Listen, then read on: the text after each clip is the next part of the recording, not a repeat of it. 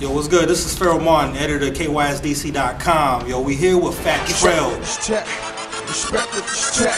I got money, I got power, got respect with this check. Ain't no blowing my projects like where the fist to check. My clip be so super fresh, I'm just begging for sex. Shoot at your face and your chest, but you move or get wet.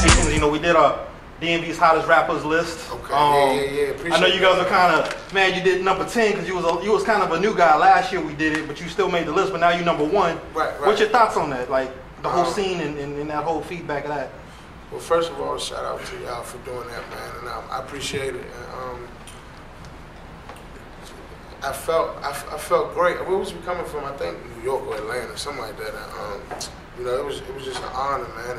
I know it really meant a lot to me. My mother called me like it was real crazy about it. And, you know, the feedback I got from it was, you know, they said it's what I deserve. So, you know, shout out to the whole team. Now, you know, you really came on the scene with the No Secrets. So it was kind of like what people was calling your Illmatic moment, your reasonable doubt moment, where you have to live up to that record and you'll make, you know, or surpass it. What kind of pressure have you felt? You know, I know you had, over the last year, you had a lot of ups and downs, you know, in regards to changeover. You know, you had a lot of change over the last year. Talk about that change that you've been experiencing since No Secrets came out. You know, it's been, the change has really opened my eyes to this rap game and to the industry, which is what you call it. And, you know, it's stressful, you know, it's up, it's down, you know what I'm saying? But it had to happen. So it ain't really nothing to me, you know what I'm saying? I just take my punches and I roll with them. And, you know, I don't really live like I said, if you ask me, I don't live up to no expectations or nothing, you know what I'm saying? I make music for the people. That, like I tell everybody, No Secrets was a tell-all tape. That tape was more of a purpose. It was more of a statement than it was really who Fat Trel is, you know what I'm saying? It was like I'm sitting at the podium and I'm telling all my listeners who I am, where I come from. This is why I do what I do and what I'm doing, you know what I'm saying? And from that point on, you know, I just make music, you know, how I am, you know, of caring what's going on right now. So, you know, I ain't living up to no expectation to surpass No Secrets, you know what I'm saying? I'm gonna make my music for my people and they're gonna support it like that. You know, you got Nightmare on East Street coming up. You did April Fools. Great response. You know, you had the Respect with the Tech. You getting 100,000 on you know, 300,000 plus views on YouTube for your different videos and stuff. What should we expect on Nightmare on East Street, and why is it taking so long to actually come out? Well, first, why it took so long to come out was that I went through a lot of complications as far as the music-wise, because, you know, it was supposed to drop in, what, November or something like that, October, something like that. And, you know, little situation with my ex-manager went on, and I had to re-record a lot of the music. I had to get a lot of my legal business situation together because, you know, there was some bad write-ups in the contract that I signed, unfortunately. So I had to get that business together. Right now, I'm just bringing the tape back to life and re-recording. I think I got about 40, 50 joints, and I'm gonna try to narrow them down to how many of them. It's coming along well though. So. I mean, what should we expect of those 40 or 50? Is there a theme you was going for, a concept, or you just kind of just recorded whatever? It's just Nightmare on East Street is basically, it's what I'm going through as of right now. You know what I'm saying? It's what's happening to me right now. And you're gonna expect it, you know, you're gonna expect the truth as always, the realness, you know what I'm saying? I spread my wings a little bit more in the tape, you know, as far as feature wise.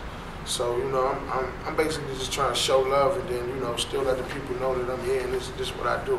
So let's talk about what's going on right now. You know, talk about the challenge in regards to balancing, you know, the industry, you know, BS you've been dealing with and you know, stuff you've been dealing with on the industry side and also on the streets. So you got industry and also you also knee deep in the streets a little bit, also because you had some things that came up, you know, you just got out the hospital, glad to see you're okay. Talk about that balance and the challenge of kind of getting away from the streets and dealing with this industry stuff. I ain't gonna say it's hard. I'm gonna say it's complicated and it's kind of difficult.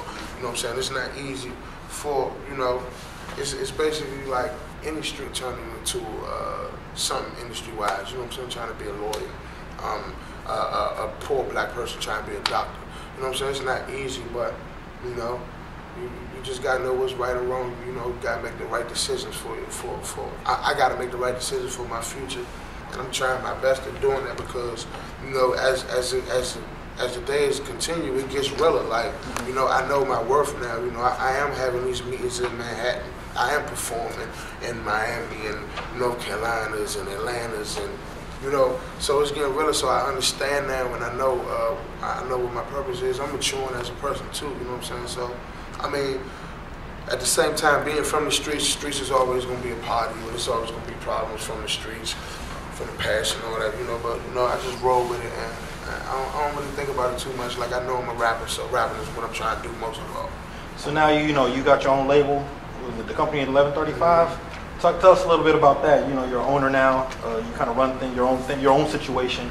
Talk about that. I ain't gonna say I run it, man. I let them do whatever they want to do. You know what I'm saying? Like, you know, I just believe. You know, I'm a strong believer in that. You know, if you got it, give. You know what I'm saying? And you know, spread the love and spread the wealth. So that's just what I want to do. But it's Chris Bo, Southside artist, man. It's crazy lyricists, you know what I'm saying? I tell everybody better than me, that's how much I believe in. Young Mo, Sheila D, Boosie the Shooter, Slutty Boys, Young Bleach, you know what I'm saying? T, the singer. Most of those people, the people that I grew up with, that I knew, and the others I just met off of pure raw talent, you know what I'm saying? I met Sheila D at a show in Baltimore, and she got on the mic, and it was crazy. She was dressed crazy, hair wild, glasses on, and you know what I'm saying? So, Chris Bo, another artist from the South Side who I got love for him, you know what I'm saying? And we met through First Impressions, actually. We met through them. It's been a family thing ever since then. But the company is just a label full of hustlers, you know what I'm saying? Youngins at the same time. You know, we're just trying to make it out. So 1135, what does that mean? What is the meaning behind that? 1135 was the old address that me and the Slutty Boys used to live in Searching Quarters. You know, you can still go around there, it's still standing. They around the border, they used to call our house the East Street House. You know what I'm saying? You know, that house it was basically like that house where it made us who we are, you know what I'm saying, to the people. You know, as far as the women, you know, the money, and the clothes, the jewelry, the gambling, the everything, you know what I'm saying? It made us who we are. So everybody know about 1135 or the 5, you know what I'm saying? From around our way to Social Quarters to all these go-go bands, they knew that our house was the house, you know what I'm saying? It always stuck with us, you know, that's why we put up this. It's an 11, and it's a 3, and it's a 5. I don't ever want nobody to think it's some game thing or anything, you know what I'm saying? It's just it's really an honest address. Okay. Now, you know, a lot of artists don't get to break out of DC. You know, Tabby, Wale is probably the notable exceptions. Mm-hmm. What's your you know, even Black Cobain is doing a little touring now under Wale, mm-hmm. but now you're not under that situation anymore. What are you looking for? Like, I know you had some offers from people been throwing out Def Jam. They've been throwing out all kind of different label offers and different names. What are you looking for in regards to your national situation? Like I always say, man, I'm looking for whatever I deserve. You know what I'm saying? I want back whatever I put in. I can't honestly say I don't know whether I'm looking for a major deal. At the same time, I don't know whether I want to 100% go independent. You know what I'm saying? I don't know. I feel like God gonna give me my sign of which road to take when it comes. You know what I'm saying? But the office is definitely there, and you know the meetings. I'm just sure if you follow the Twitter, the meetings have been happening all the way from Texas up to New York. So you know it's the same thing everywhere we go. And I don't know, man.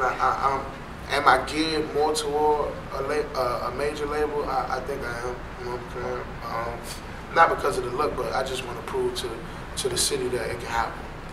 What is your relationship like with Wale today and Black Cobain and the board right now? Or whatever happened with that also? Well, my relationship with Black Cobain is strong, you know what I'm saying? He's still my brother. We don't talk as much, but we talk, you know what I'm saying? We sat in the club the other night, had drinks, had it up, and, you know, and chopped it up, you know. Miss Sasha, still my sis, you know what I'm saying? She know I love her.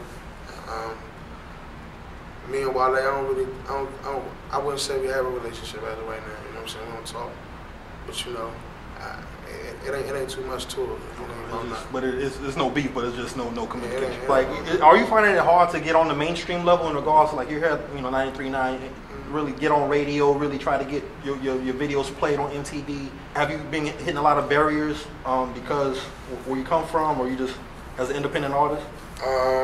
Yeah, of course, as an independent artist. But like I said, like I told you, man, everything I go on based on what I deserve. You know what I'm saying? If my video ain't on MTV, I don't deserve to have my video on MTV. You know what I'm saying? If my records ain't getting spin every day on the radio, I don't deserve it. You know what I'm saying? I know it's gonna come. That ain't what make me, and it ain't what put money in my pocket. So you know, I ain't really missing out on it. You know what I'm saying? So that really don't matter to me. That's gonna come. So what's been your biggest moment in your career so far, if you had to name it at this point? The biggest moment might have been MTV Sucker Free interview. You know what I'm saying? Just being on national television and just knowing that millions saw it. You know what I'm saying? And saw it over and over and over. You know. I think that's the biggest look I've ever had. I might be mistaken though. I mean, it's so many looks, from the Red feature to I mean, it's a lot of different looks, but no, I think that's one of the biggest ones. So you got MTV, I mean, you got BET. Oh yeah, that's Washington Post following you right now? Washington Post. I was in, what's the New York papers called? The New York, you got the New York Times. New York Times? Okay. I was in New York Times. I felt, you know, I mean, you can imagine how I felt to be even in New York Times paper, you know what I'm saying, for a show in New York, you know what I'm saying, so. And the BET interview, that was a good look. My mother, that was, you know, that's just a black dream because it was black entertainment television. You know what I'm saying? Like back in the day, the people who was coming up in the '80s say that, man, I want to be on MTV because MTV was that. My generation, we always dreamed of being on BET. So just for even being on BET and going on demand and go on BET.com, you can see me on there. That was a big look. How has 93.9 helped your career thus far? You know, some of the DJs, and you get a lot of love from a lot of our DJs and such. 93.9 helped a lot. You know what I'm saying?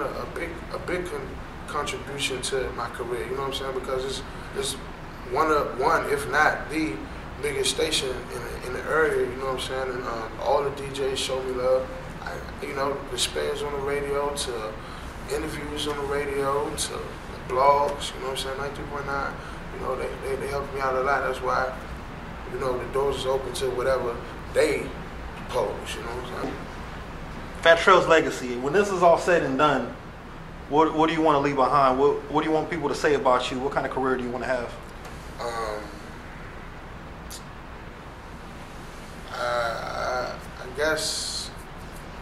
I guess you could say I want to be titled the biggest street rapper ever to make it out of the District of Columbia. And I just want to be known as the first street rapper to open the doors to the street rappers and to the real DMV representatives, period, point blank. You know what I'm saying? That's all I want to be known by. Of course, a couple of BET Awards and some Grammys going out. I'm trying to get an Emmy. I'm an act. I'm trying to act. You know what I'm saying? I'm going to do all that. Yeah, I need that bag. True. Oh, yeah, I also, like, when I die, like, they going to have to say he had that bag. Like, yeah, he got money out the roof. Okay. And just to close it out, my man, what can we look forward to in the near future? Really, man, just, you know, I take it one day at a time, man, like my father would say. Nightmare on East Street coming next. That's what y'all need to focus on, you know what I'm saying? Probably after that, like I said, I really want to do this compilation mixtape with the company, you know what I'm saying? Youngest Running the City, Volume 2. That's going to have everybody on it. I'm trying to flood tracks onto that joint and really introduce y'all to, you know, the company. My man, Fat Trel, hold it down. When they going to get that Nightmare on East Street? Let them know when they March, man. Yeah, it's coming March 2012. It's going down, man. Cool. Let's do it. Good.